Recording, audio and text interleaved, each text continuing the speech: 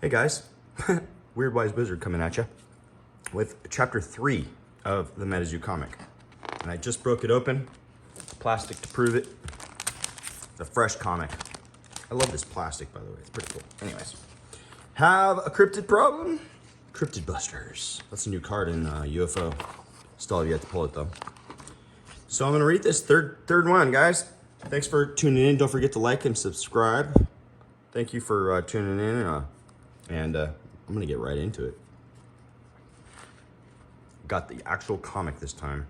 And I'm probably gonna go back eventually and do the other two with a real comic too as well. But, you know, in good time. I just started the fresh year off. Remember, I'm a high school biology and earth science teacher, so I'm doing this in my spare time. But I do it for the MetaZoo community. A false god. It was the most beautiful thing Sam had ever seen.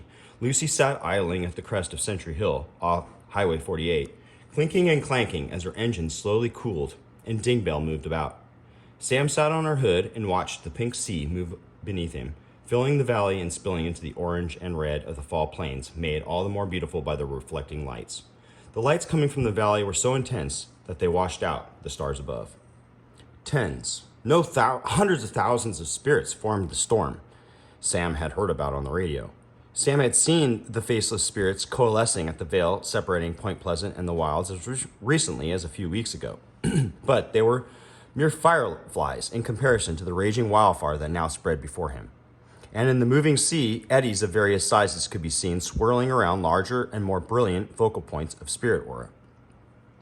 Sam knew that not all spirits were created equal, and those people or other entities that were more powerful in life shined brighter after it.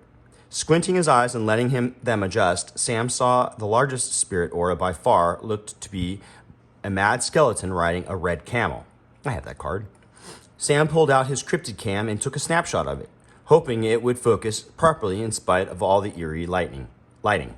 As the cryptid cam spat out the film, Sam twisted the cap off of his Sharpie and quickly jotted down Red Ghost, October 15th, 2031 in surprisingly legible handwriting.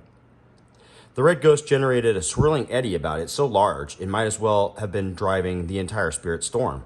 And Sam realized it was, and to what purpose. Just ahead of the spirit storm, an equally bright but infinitely more human caravan of lights fled into the fields. Sam had been watching the scene unfold as both made their slow but steady trek across the valley for the past hour. Beyond this, just past the spirit storm's light, and into the darkness of night that it magnified, Sam felt an unnatural pulsing that made his insides squirm like furry trouts.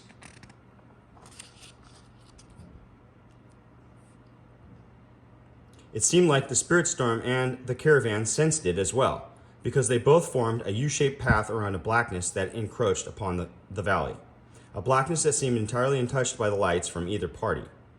That untouched darkness was Sam's destination. But even the darkest night succumbed to the light eventually, and tonight's darkness was no different. Just as the spiritual vortex was about to overcome the fleeing caravan, the morning sun began to rise in the west, spilling natural light into the valley. As it did, the spirit storm subsided and then eventually disappeared altogether, following whatever strange mechanics that prevented the spirits from existing in daylight. The caravan appeared to have stopped in its tracks as well, and Sam would have noticed this had he not been fixated on something else entirely. Just where the darkness stood moments before, a castle was illuminated in the morning lights, yellows and oranges. A river curled lazily around it, a river that for some reason, beyond Sam's understanding, had reflected neither the stars nor the ghostly lights of the storm. The leveling castle stood like something out of time, a folly to a traditional European castle built in the 1920s that has no place in modern America, but somehow made sense in the cryptid nation. And though the morning light made visible its stone facade, Sam had the uneasy feeling that very little light actually touched it. In fact, Sam had the distinct impression that even if he had wanted to, something would have prevented him from entering the archway that led into the castle's courtyard. Magic. This place is soaked in magic, Sam thought to himself, stifling a yawn. And that made sense. After all, this is where the radio had said Mothman had been sighted in the previous evenings. Sam had tried to get there in time to see the place in the dead of the night, but perhaps he had been too late. Perhaps the morning light was too close for Mothman's comfort even an hour ago. So Sam would have to wait until nightfall and the darkness to return. Rustling in the back of Lucy, Sam pulled out an impromptu picnic basket made out of recycled Coleman cooler. If he was going to wait, he might as well do it with a full stomach.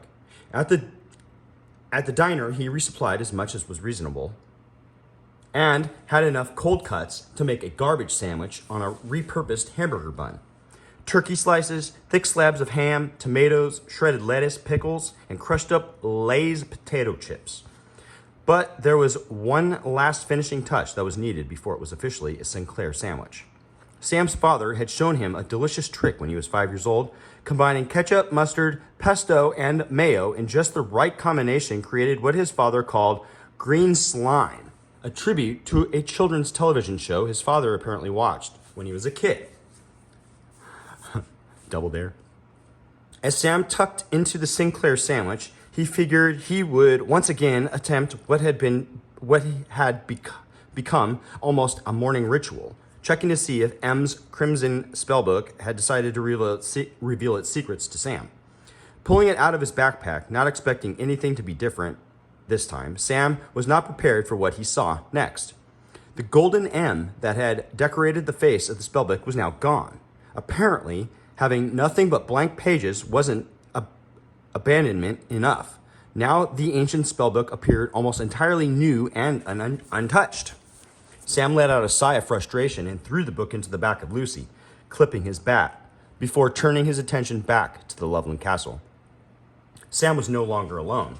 In only 30 minutes or so, the first group of what Sam suspected to become many appeared half a mile upriver. It didn't surprise Sam. In the past week, Mothman had been all over the news as a phantom that left a path of destruction in its wake. Any sighting was sure to draw news crews, bounty hunters, and those casters looking to subjugate Mothman to their will, or perhaps test their mettle against an entity historically known to be one of the most powerful beasties in existence. This first group was composed entirely of young men and women around Sam's age.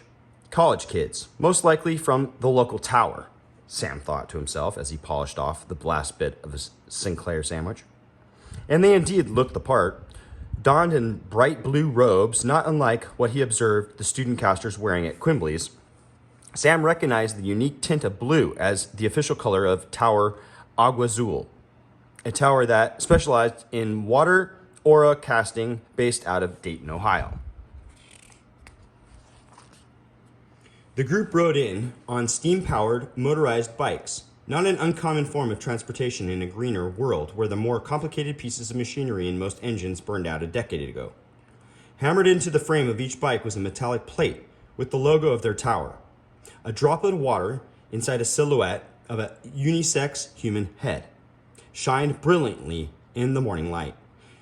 Sam took a moment to appreciate the bravery needed to report on a sighting of the flying catastrophe that was Mothman before reminding himself that they likely knew considerably more about casting than himself. They busied themselves setting up a sky blue tent that likely housed their reporting equipment. The second group showed up 3 hours later along the river from the opposite direction of Tower Agua Azul students. Speeding in a beat-up van, they stirred up a morning dust storm as they passed over the scars on the ground left by the caravan only a few hours before. As they parked about a quarter mile upriver of the Tower Agua Azul students, Sam was able to make out the Cryptid Busters of Lexington logo painted in chipped yellow lettering across the side of the van. It varied, but Cryptid Busters were generally quite capable at casting. They had to be, otherwise they wouldn't survive very long on the job. It was likely that the city of Lexington, assuming it wasn't abandoned or a scorched mark on Cassius's map, hired the Cryptid Busters to come and deal with threat just north of their border. But, Sam thought to himself, his inner voice troubled, if that's the case, where is the Cryptid Buster crew from Cincinnati?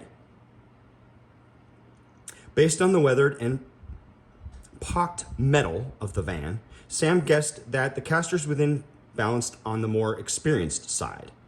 Good, Sam thought. Their talents might be needed. The van doors never opened, so Sam couldn't get a good look at the casters within to verify his suspicions.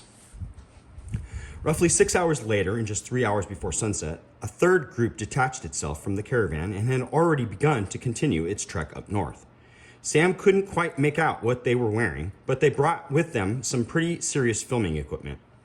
The fourth and final party to join the Mothman sighting entourage actually emerged from behind Sam and Lucy at a brisk pace, and with so little sound that they were almost upon Sam before he noticed their presence with a start. A carriage pulled by two hoogags, large, gangly, fearsome critters that reminded Sam of tired camels more than anything else, and jet black against the afternoon sun, blasted past Sam and left him reeling as he jumped out of the way. The carriage and its mysterious occupant settled somewhere between the students of the Cryptid Buster crew. And so the hours drew on. Sam remembered that as a child, the passage of time was made easier with various electronic devices. Watching Paw Patrol on his father's iPad, attending 5th grade classes digitally via Zoom during the first year of the COVID-19 pandemic. Sam pondered about how even though the summers of his childhood seemed to last forever, after the veil shattered, time seemed to elongate.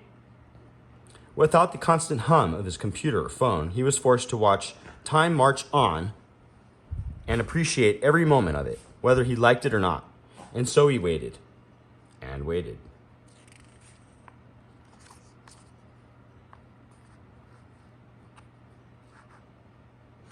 As the shadows drew long, that they began to connect and meld, the troops that had assembled at the base of Loveland Castle began to rustle. Sam knew there were precious moments before the reemergence of the spirit storm. He didn't quite understand the magic of it, but every time sunlight blinked a spirit temporarily out of existence, he generally blinked back into existence exactly where it had left off the following night. However, it didn't happen immediately.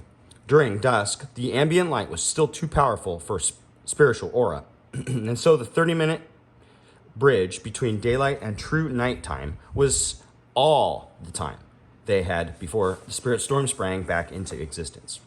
And Loveland Castle would be in the eye of it. The real question was, would Mothman reveal itself during dusk, or wait for the full cover of nighttime as well? Even if it did, would 30 minutes really be enough time to subdue it and then escape with their lives? What exactly was the plan? What were they doing here? The motley crew of teenagers and mysterious men in vans and secret carriages seemed to recognize this all at once, as though they temporarily shared a psychic link. The absurdity of the situation struck the group collectively like chain lightning, but they continued to march on as though they had no choice in the matter.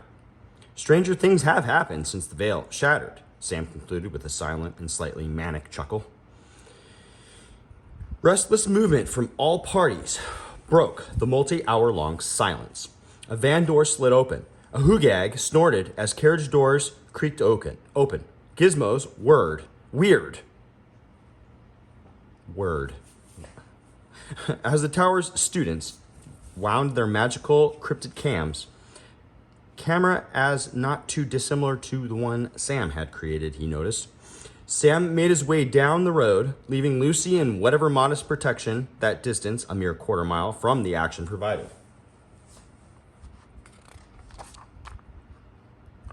As an argument broke out in the distance, and the ghost hunters that had detached from the previous night's caravan packed up and took off. Fear painted on their faces like the least effective war paint ever conceived. Closer now than when they had first arrived, Sam recognized them as having starred in some ghost hunting show, likely on the History Channel of all places, from before the shattering of the veil. Many supposed experts or investigators on all matters supernatural from before the veil shattered, attempted to continue their trade after that fateful event 10 years ago. They were quickly replaced. The more learned and iron-willed individuals from both academia and the military that decided to take on the supernatural vocation quickly dominated the industry. One such iron-willed individual was now shushing the restless hoogags that must have felt the tension in the air. Dressed head to toe in black cloth and an even blacker cape that looked sharp to the touch, The pale caster was at least 6'3" and strikingly handsome. He wore a wide-brimmed hat that came to a point and almost looked as though it were modeled after the beak of a raven. Even in the dimming sunlight, Sam noticed how uncomfortable the light made the man, and he thought for a moment that it was possible he was looking at his first vampire. Doubtful, even with the shattering of the veil, there hadn't been any record of vampires showing up, Sam pondered with less confidence than he would have liked. Fully expecting the dark figure to unsheathe a silver sword, Sam was surprised when instead the stranger's billowing cape revealed a long-barreled pistol holstered to his left side. This is crazy. What the hell are we going to do? What the hell can we do? A member of the student trope dramatically whined into the strained silence. Gesturing toward the dark figure, still soothing the wild beastie he had tamed to draw his carriage, the student continued, "Even with Dracula over here, this is Mothman we were talking about. Shouldn't we retreat until, I don't know, Unity City's army gets here?" "Impossible," the dark figure responded with an accent Sam couldn't quite place. "Absolutely impossible. A ward has been put in place around this entire region. No teleporting in and out. Even if Unity City wanted to send an army, they are at least a day away." "He's right," said one of the Cryptid Buster team members, sideways glancing at the dark figure and trying to avoid direct eye contact as he buckled what looked like Batman's utility belt around his considerable waist. From one of the belt's pouches, he produced a gadget that Sam recognized as an EMF device. "Check this out," the Cryptid Buster said as he pushed a large red button, causing the EMF device to whirl to life. It beeped lazily for a few seconds before buzzing loudly and shutting off. "Looks like not even spirits can get close to this place. It's protected out the wazoo," he concluded matter-of-factly. The student continued, even more exasperated. "Oh well, that's great. I guess we are just going to waltz up and take on that beastie that's literally destroying entire cities. Christy, let's get the hell out of here." The student grabbed the upper arm of who Sam could only assume was Christy, who proceeded to plant her feet more firmly on the grass while whining her cryptid cam.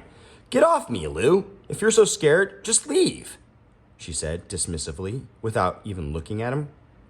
Lou appeared quite defeated, was mustering up the courage to respond before everyone's hair began to stand on end, as though an electric current permeated the air.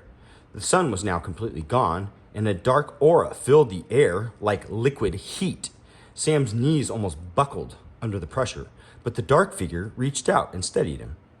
Lou had turned into a puddle on the ground, facing away from the castle and at the feet of Christy, who stood steadfast with her cryptid cam defiantly at the ready.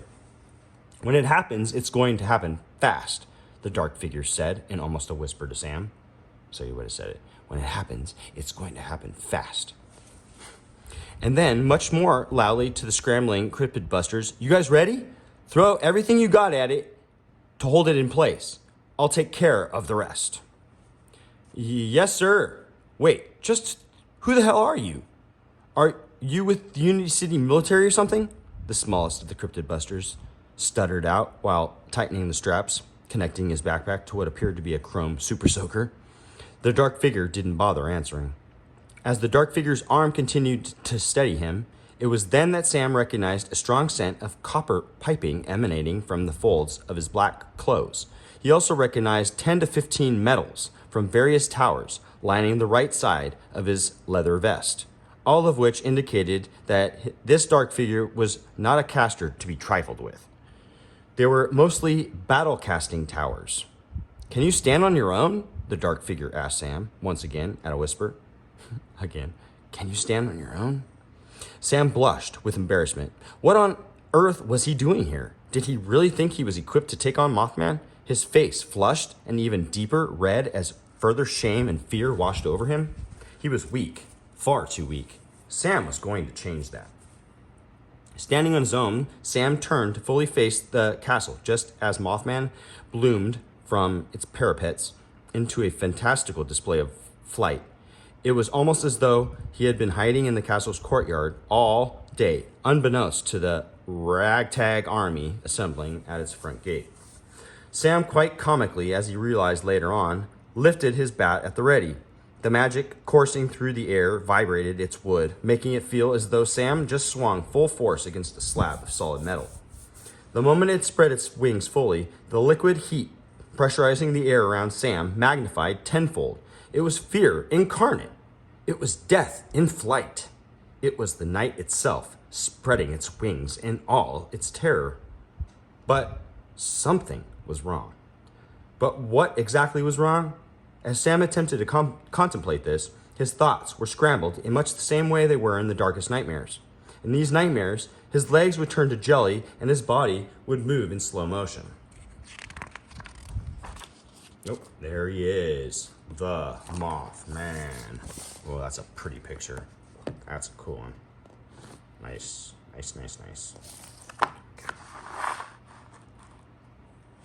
As Sam tried to put his finger on what exactly was different about Mothman, the other parties began to move in formation.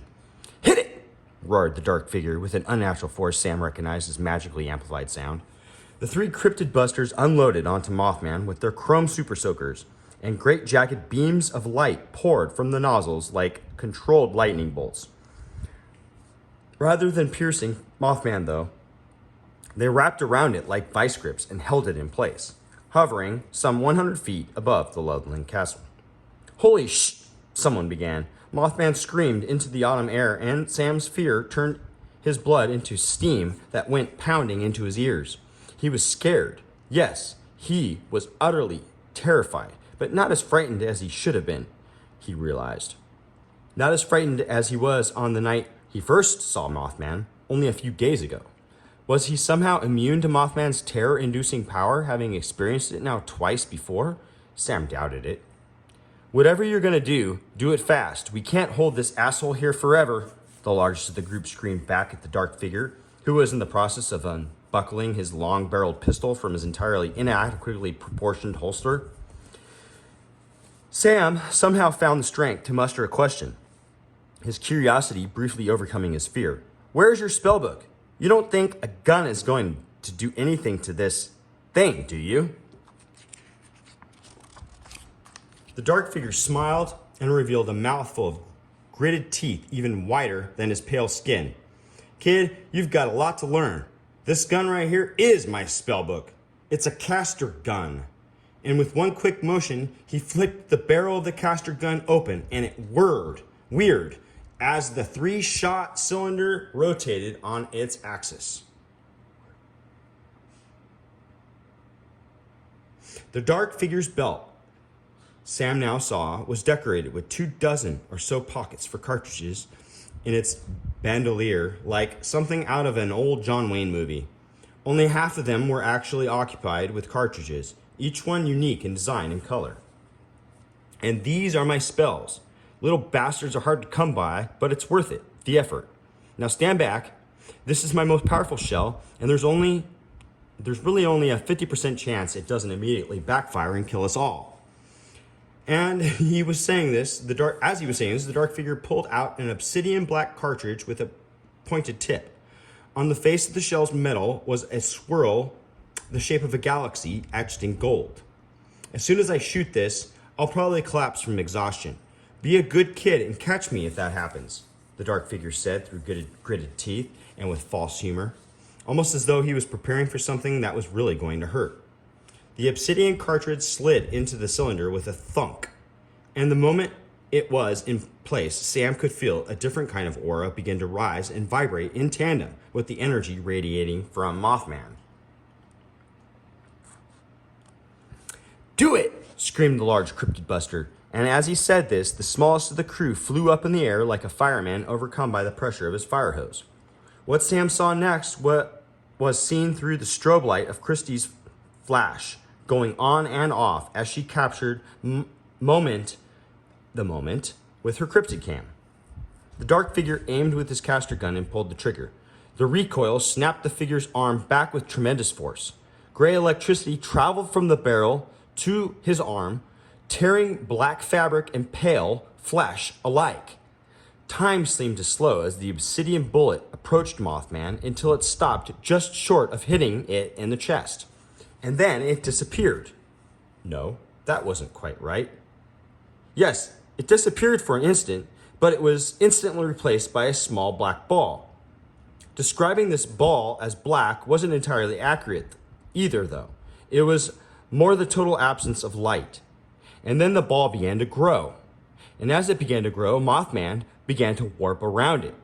"My God, you generated a tiny black hole with that caster gun," Christy said with wonder in her voice, periodically strobe lighting the whole scene with the flash of her camera. It was the dark figure's turn to collapse, and Sam repaid his previous kindness by catching him before he fully hit the ground. He was incredibly light, way lighter than he should have been. His right arm that he used to fire the caster gun was in tatters, and blood began to pool at their feet in quiet splatters. "Takes a lot out of you, that one," the dark figure huffed and puffed. So Sam thought, even though the caster gun and its shells were different from your typical spellbook, it appeared as though it functioned in the same way. The source of energy, page or bullet, had to come from your own aura.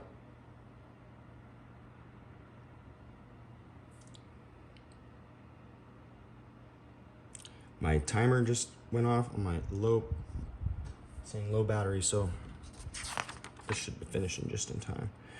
And what a spell it was. Mothman screeched and squirmed as the space around it pulled and pushed itself towards the growing black hole. The tendrils of energy being shot from the cryptid busters were the first to succumb to the spell's suction and pull away from Mothman.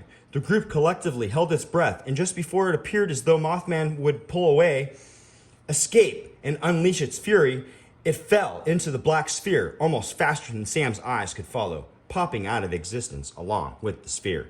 The vacuum that was left in the silence drove Sam into a temporary panic as he manically thought that the black hole had sucked up all of the sound in the world as well. But then the silence was filled. Did we just... One of the cryptid busters hesitantly began. Did we just destroy the Mothman?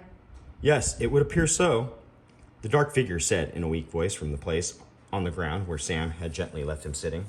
This is totally making it into the school paper, Christy said, barely able to contain her excitement. Even though only several minutes had passed, the shadows had grown so long that they were now indistinguishable from each other, and true nightfall was upon the group. Out of the corner of his eye, Sam saw what looked like large purple fireflies bursting in and out of existence. Laughter filled the night and joined the wind as the cryptid buster, the dark figure, and the remainder of the students excitedly recounted the brief but intense battle.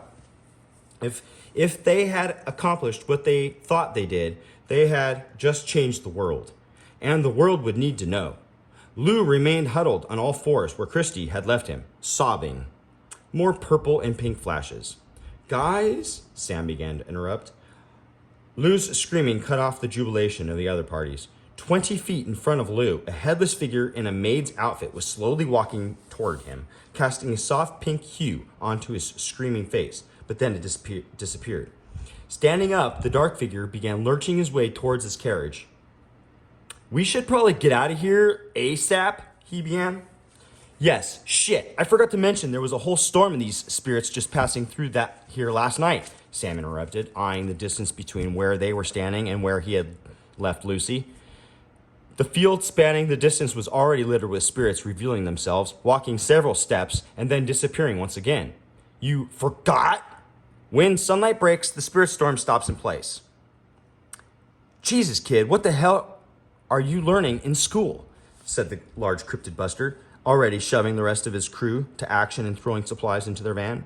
Sam turned around to ask if Christy and her friends could give a brief ride up to Lucy, but there was already a dust cloud moving in the distance, occasionally casting a defensive spell against spirits that popped up too close to their path. Sam stared after them in surprise as their blue tent, now abandoned, billowed in an unnatural wind. The start of an engine brought Sam back to his senses, and before he could blink, the cryptid busters were already making their way to the opposite direction. Atop the roof of their van, 3 small balls of light spun around each other in tight formation, casting rainbow light in all directions and warbling like a police siren. Every spirit the rainbow light hit spun away from it with anguished faces. It was so bright that Sam brought his hand up to his eyes to block the assault until he was shrouded in shadow by a large object. the dark figure's carriage. A Hugag chuffed next to him, eyes wild as it took in the increasingly perilous surroundings. The dark figure leaned through the open window of the carriage, allowing Sam a brief glimpse into the space. It was completely and utterly pitch black, likely the result of a privacy spell, Sam figured. I would offer you a ride, but this carriage is so warded with various spells that prevent anyone other than myself from entering it that it would take an hour just to lower them. Instinctively, Sam reached to grab hold of the carriage door. Their dark figure's hand, already partially healed, shot out and intercepted Sam's, and the leather of his glove squeaked as his grip tightened.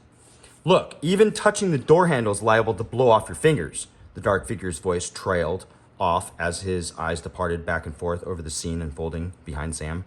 The spirits were appearing, but no longer disappearing, and they were moving toward the carriage. In a hushed, panicked voice, the dark figure continued.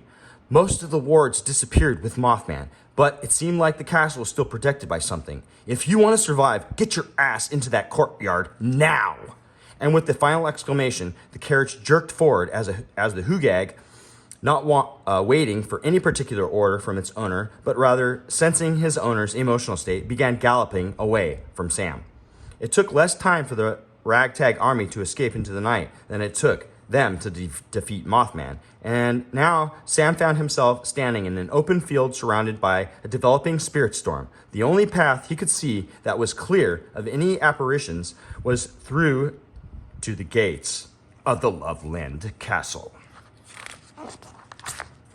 Last page. Sprinting the 200 or so feet across the bridge in mere seconds, Sam made it to the castle's surrounding wall before turning around, his back painfully digging into the jagged stones. He fully expected to have a dozen or so spirits hot on his trail, ready to steal his soul and have him join their ranks. To his surprise, all of the spirits, of which there were several hundred within spitting distance of where the ragtag army had been several moments before, stopped a good 20 feet from where he was standing, unable to cross the bridge. It was almost as though they were held back by an invisible force. Of course, a force field, but placed by whom? Sam wondered in what felt like his first lucid thought in hours. Feeling a bit more secure with his surroundings, Sam turned to face the castle and took it in its entirety. It was covered in the fullness of the night, but there seemed to be a light emanating from somewhere and everywhere at the same time. That left the castle grounds not entirely shrouded in darkness. The vegetation was overgrown, but not so much as to leave Sam with the impression that the place had been neglected.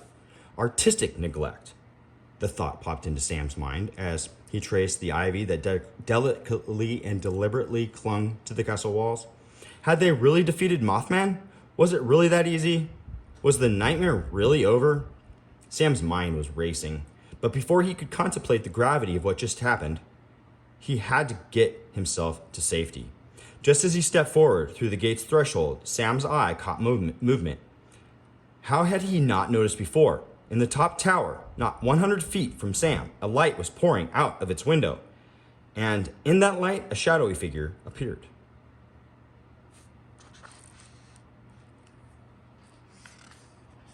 Until the next one, guys. As always, thanks for watching. Please don't forget to like and subscribe. Peace out.